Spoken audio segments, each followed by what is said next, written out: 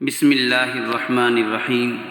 اس سے پچھلے پارٹ کے اندر جو باتیں بیان کی گئی تھی کہ بنی جرہم کے اوپر جو آفت آئی، بربادی ہوئی اور تقریباً 80 آدمی ہلاک ہو گئے، ان کی بدعمالیوں کی وجہ سے، بدکاریوں کی وجہ سے یا بدنیتی کی وجہ سے۔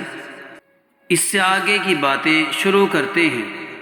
شروع کرنے سے پہلے میں آپ تمام حضرات سے گزارش کر رہا ہوں کہ آپ ہمارے ساتھ جڑے رہیں، اپنے دوستوں کو بھی جوڑیں، اور جو باتیں بتائی جا رہی ہیں دھیان اور توجہ کے ساتھ میں سنیں، شیئر کریں، اور خود بھی اس کو سن کر اپنے ذہن و دماغ میں اس کو بٹھائیں، یاد کرنے کی کوشش کریں۔ بہرحال ایک روایت یہ بھی ہے کہ اللہ تعالیٰ نے بنی جرہم پر نکسیر چھوٹنے کی بیماری مسلط فرمائی، اور اس سے ان میں کے زیادہ تر لوگ ختم ہو گئے۔ یہ ممکن ہے کہ یہ نکسیر ناک میں اس کیڑے کے پیدا ہو جانے کی وجہ سے ہی پھوٹی ہو۔ اس طرح دونوں روایتوں میں کوئی اختلاف نہیں رہتا۔ اس تباہی اور مکے کی سرداری چھن جانے کے بعد جو لوگ باقی بچے وہ سب عمر ابن حرث جرہمی کے ساتھ یمن کی طرف چلے گئے۔ عمر بن حرث بنی جرہم میں وہ آخری آدمی ہے جو مکے کا سردار ہوا۔ مکے کی سرداری چھن جانے کا بنی جرہم کو زبردست غم تھا، اور وہ اس پر سخت ملول اور رنجیدہ تھے۔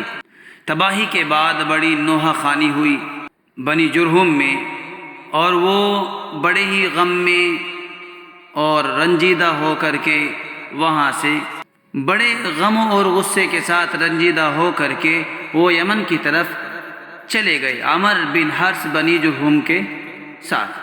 اس سلسلے میں ایک عجیب و غریب اتفاق اور دلچسپ واقعہ یہ ہے جسے ایک شخص نے حکایت کیا ہے کہ میں خلیفہ ہارون رشید عباسی کے زمانے میں اس کے ایک وزیر یحییٰ ابن خالد برمکی کے پاس بیٹھا ہوا لکھ رہا تھا کہ اسے نیند آ گئی۔ وہ تھوڑی دیر سویا اور اس کے بعد گھبرایا ہوا بیدار ہوا اور کہا، ہونے والی بات ہو گئی، خدا کی قسم ہماری سلطنت ختم ہو گئی، ہماری عزت جاتی رہی اور ہمارے اقتدار کے دن پورے ہو گئے۔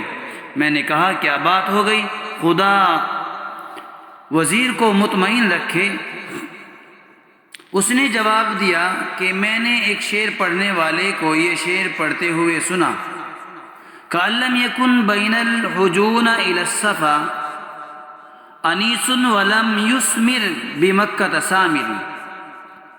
گویا کہ حجون سے صفا تک نہ کوئی دوست رہا اور نہ کوئی قصہ گوئی کرنے والا مکے میں قصہ گوئی کر رہا ہے۔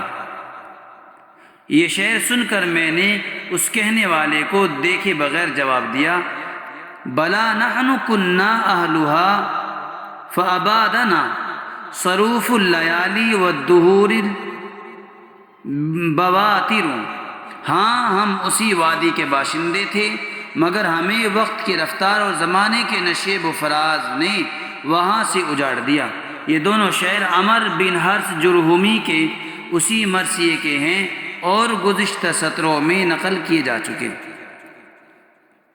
حکایت بیان کرنے والا کہتا ہے، اس واقعے کے 3 روز بعد جب کہ میں اپنی عادت کے مطابق یحییٰ برمکی کے پاس بیٹھا ہوا تھا، ایک شخص آیا اور اس نے غم و اضطراب کے ساتھ یحییٰ کو اطلاع دی کہ خلیفہ ہارون رشید نے جعفر برمکی کو، جو اس کا وزیر اعظم تھا، قتل کر دیا۔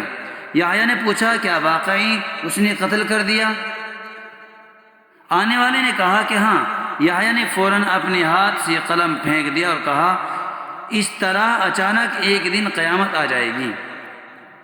یحییٰ برمکی کا جو قول منقول ہے وہ یہ ہے، آدمی کو چاہیے کہ بہترین بات جو وہ سنے اسے لکھے، اور بہترین بات جو وہ لکھے اسے یاد کر لے، اور جو بہترین بات جو یاد کر لے اسے بولے۔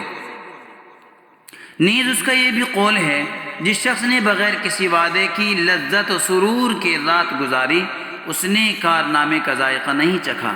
یعنی ایک شخص سے کسی چیز کا وعدہ کیا جائے کہ وہ اسے دی جائے گی اور پھر وہ اس کو پانے تک انتظار کرے، تو یہ انتظار کی لذت اس سے بہتر ہے کہ اسے وہ چیز اچانک مل جائے جس میں اسے انتظار کی لذت حاصل نہیں ہوتی۔